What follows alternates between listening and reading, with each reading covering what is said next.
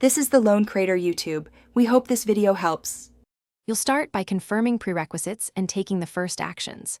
Make sure your Apple Watch is paired and either has cellular service or your iPhone is within range. This makes call routing predictable.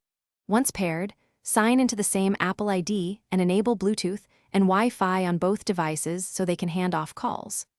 Open the Phone or Contacts app on the watch, then tap a contact or dictate a number to initiate the call and confirm audio output.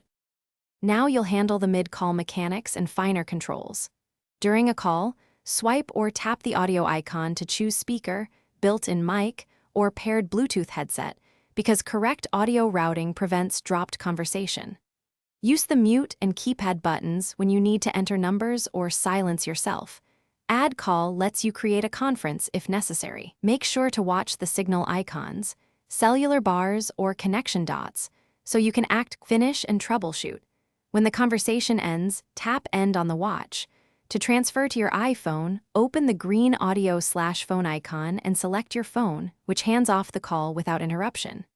If audio is muffled or calls won't connect, restart both devices, update watchOS, and recheck Bluetooth and cellular settings. This resolves most issues. If problems persist, toggle AirPlay and confirm the watch isn't in Do Not Disturb. These quick checks fix common call failures. Thanks for watching. Consider subscribing if we helped you.